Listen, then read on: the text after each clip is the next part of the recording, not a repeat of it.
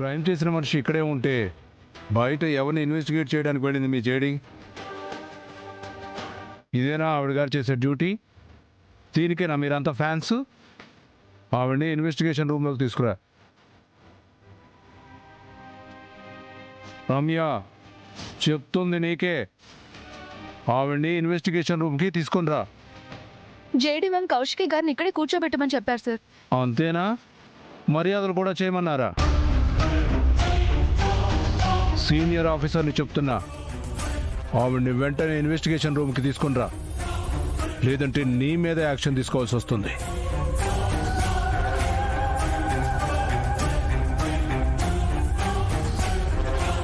Sorry sir.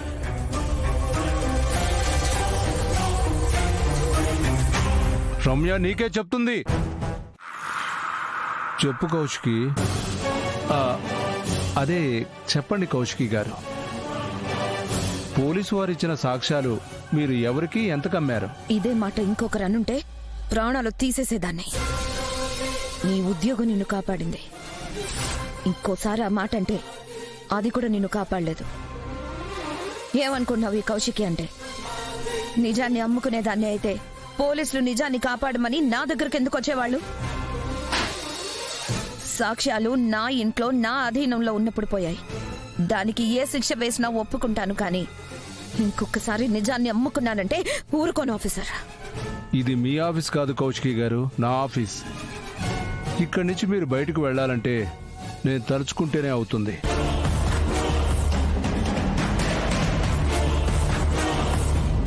Ramya, sir. Kaushiki గారు నిజాన్ని అమ్ముకున్నారన్న నిజం చెప్పే వరకు కొట్టు.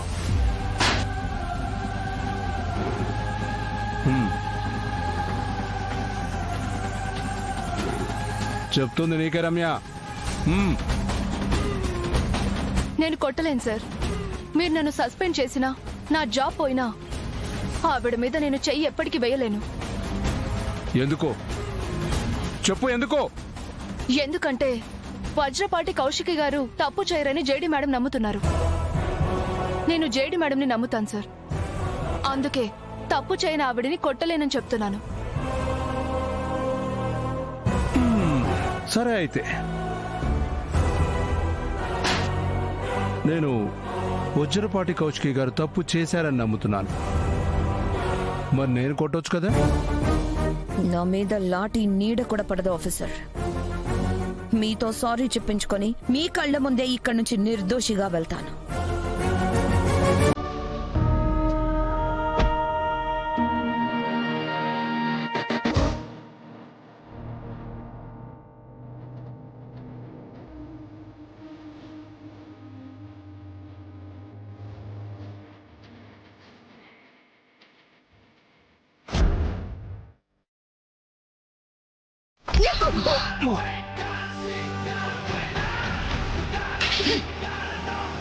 కౌశికి గారి మీద లాఠీ ఎందుకెత్తావు? క్రైమ్ చేసింది నిజం చెప్పమని ఇంట్రాగేషన్ చేస్తున్నా. చెయ్యమని నీకెవరు చెప్పారు? ఇది నీ కేసు కాదు. కేసు వివరాలు కూడా నీకు తెలీదు.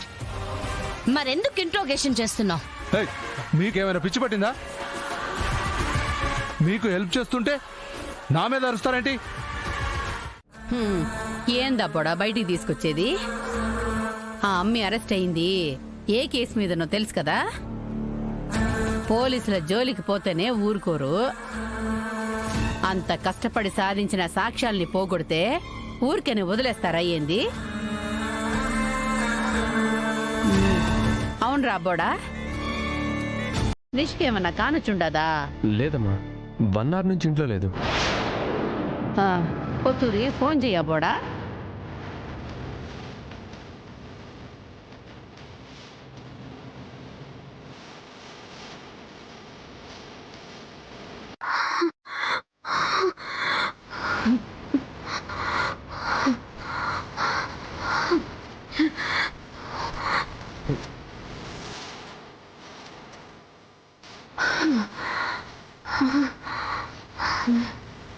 ఏంది? ఏమమ్మా? జస్ట్ మిస్ అత్తయ్యా, లేదంటే దివ్యాంకతో పాటు నేను కూడా జేడీకి దొరికిపోయేదాన్ని.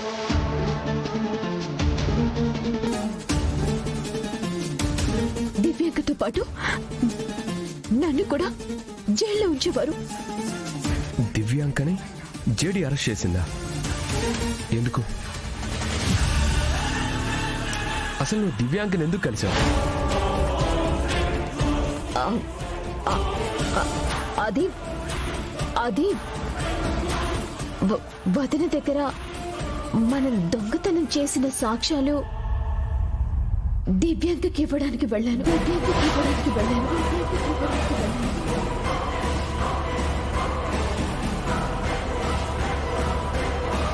అమ్మే అసలేం జరుగుండది?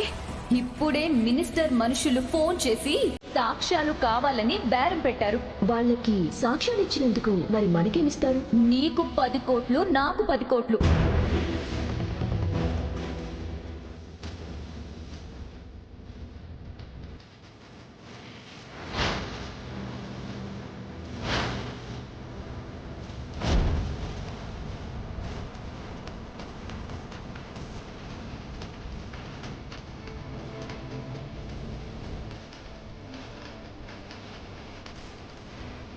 అంత కష్టపడి సంపాదించిన సాక్ష్యాలు అంత ఫూలిష్గా దివ్యాంకకి ఎలా ఇచ్చేద్దాం అనుకున్నావు నిషి? అసలు నువ్వేం చేసావో నీకు అర్థం అవుతుందా? మన మంచి కోసమే ఆలోచించి ఇచ్చేసాను కదా. జేడీ 4 తగిలించగానే దివ్యాంక మొత్తం చెప్పేస్తుంది. అప్పుడు మనం ముగ్గురం పోయి జైల్లో కూర్చుందాం.